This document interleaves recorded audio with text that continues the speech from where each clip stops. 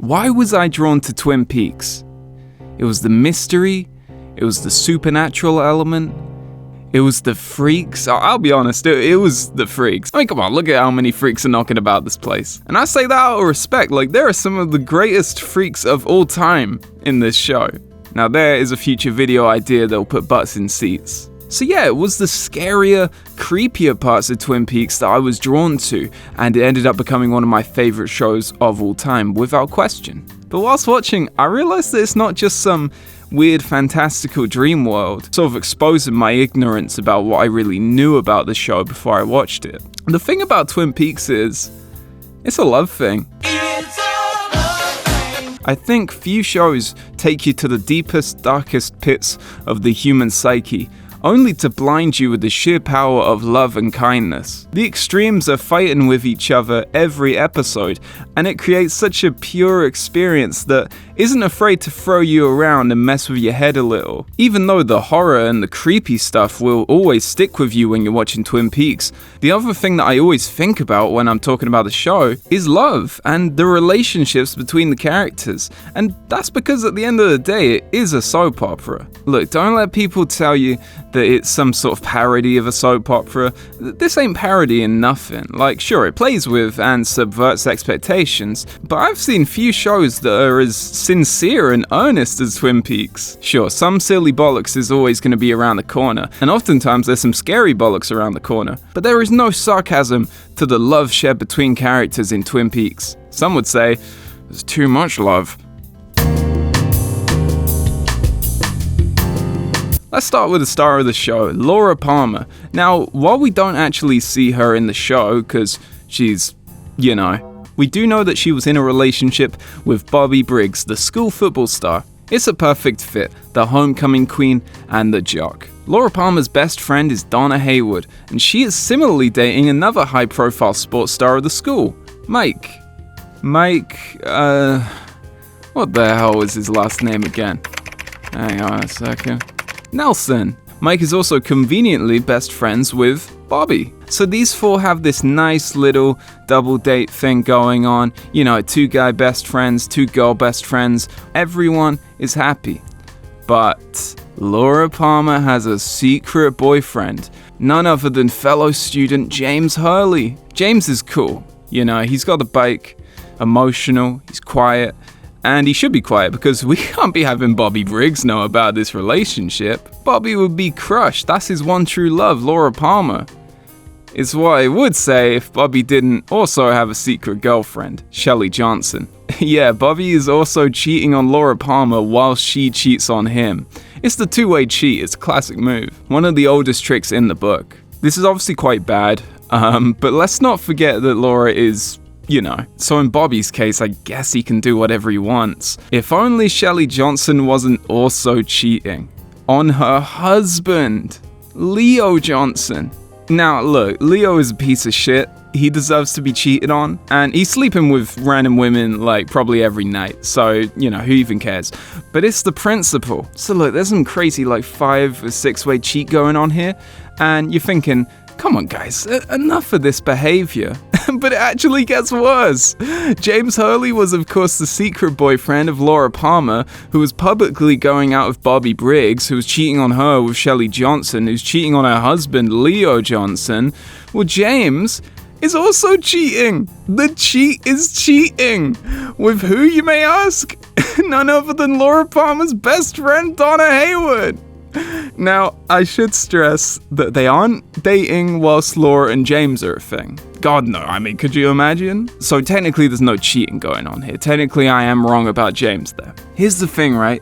The day after Laura is killed, like literally the next day, James is necking it on with Donna. They are smooching, like they are going to town on each other. You can't tell me that this was like a spur of the moment thing. You know they wanted to do that to each other. You know that James was hoping that this would happen. And Donna feels the same. We hear her talk about it in the movie. She's like, oh, James. Oh, I love James. And you're probably thinking, Poor Mike, Mike Nelson. He's going out with Donna, isn't he? But shortly after Laura's, James and Donna spend way more time together, leaving Mike in the dust. I actually feel pretty bad for Mike, I'm sure he'll find someone else though. But that's not even where it ends with this group. There's a guy called Harold Smith who was friends with Laura while she was alive, and naturally Donna goes to ask him about her for the investigation. But then he's getting feelings for Donna too. She's not really about that. This is kind of a one-way thing. But fucking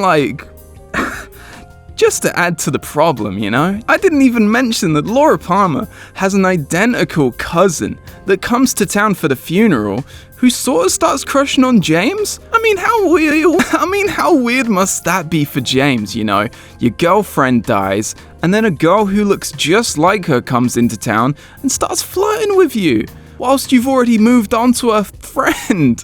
I sort of get why this guy would just straight up leave town on his motorbike to get away from this tangled web of love. He then goes on to sleep with some random older lady. I'm gonna put her on the web, but we're not going to talk about her. This particular group of people in Twin Peaks is just a minefield to navigate. Is there any way that we can just sort this out once and for all? There she is, Laura Palmer, making her way to the ring. She's gonna do her classic catchphrase. Oh, there she goes. Fire, walk with me! She is so over with the crowd. Bobby Briggs getting a mixed reaction from the crowd there, but he's loving it. Oh, look at that. Right now on his bike, everyone cheers James Hurley. Oh, that is badass.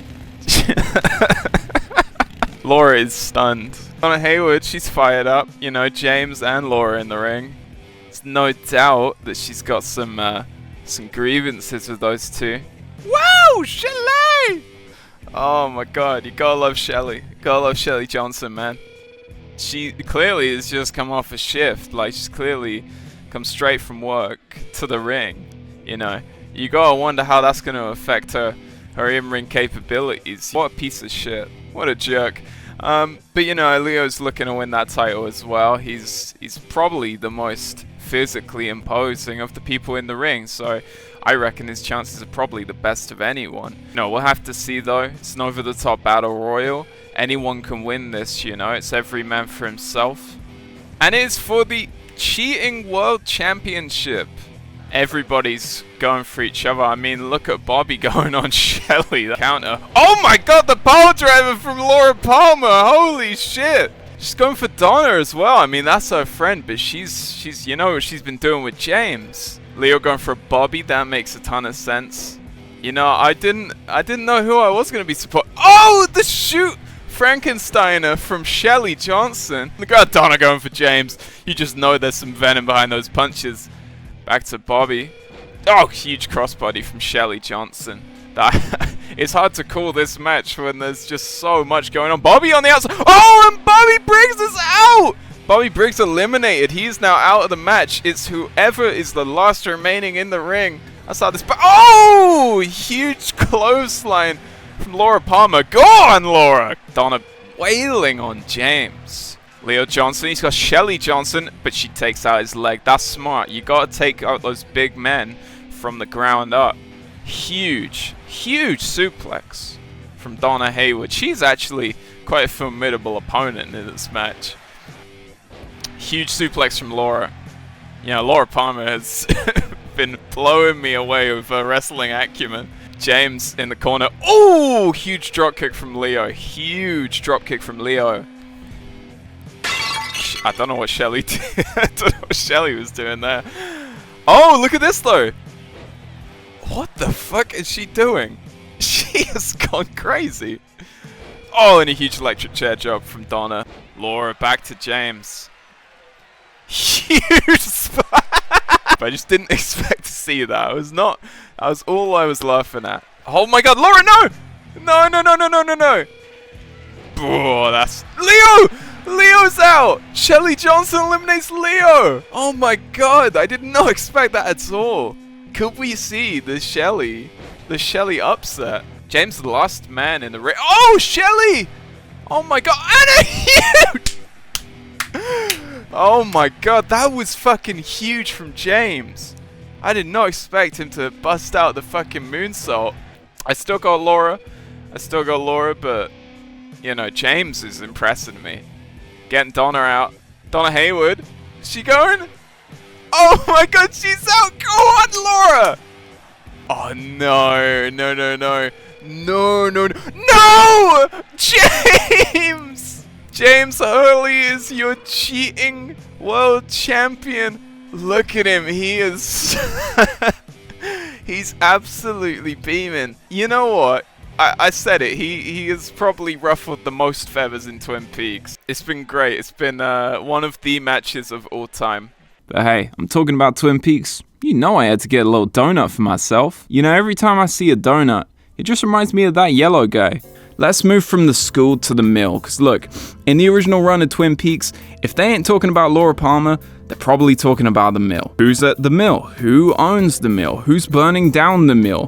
What I want to know is, who is kissing who at the mill? Put the mill. Put the mill. Put the mill. Josie Packard is the owner of the mill. She's only the owner of the mill because she's married to Andrew Packard. Unfortunately, Andrew is dead. Allegedly. But this is Twin Peaks. I mean, she's got to be with someone.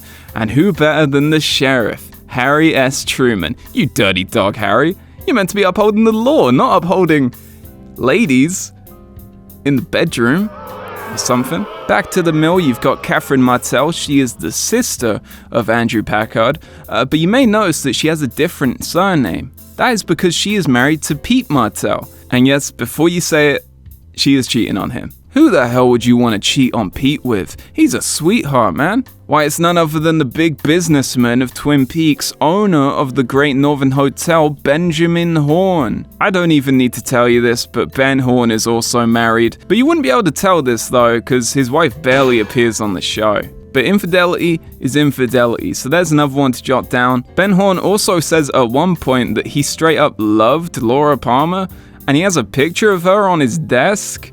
Really gross. Anyways, Ben Horne's daughter Audrey Horne is crushing hard on Special Agent Dale Cooper. I mean, how could you not? Just look at him. But Cooper's a man of the bureau. He would never mix work with play. Except for that one time where he was canoodling with Caroline Earle, the wife of Wyndham Earle. They were married. Cooper, come on, even you? I mean, Wyndham Earle's kind of a crazy person, so it's not too big of a deal, but, you know, it's the principle. But this was all before the show, so it's in past tense.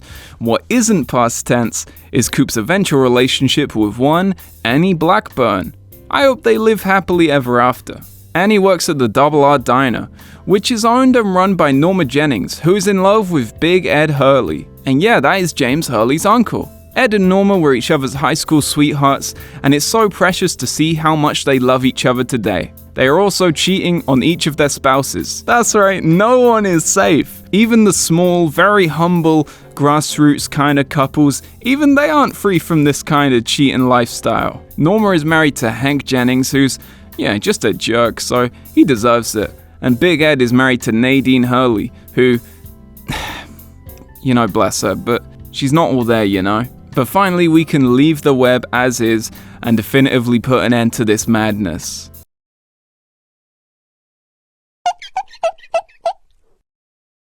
Hang on a second. I think I might have solved the mystery of Twin Peaks. Now, let me make it more clear. I'm going to draw around this, and then you'll see what I mean.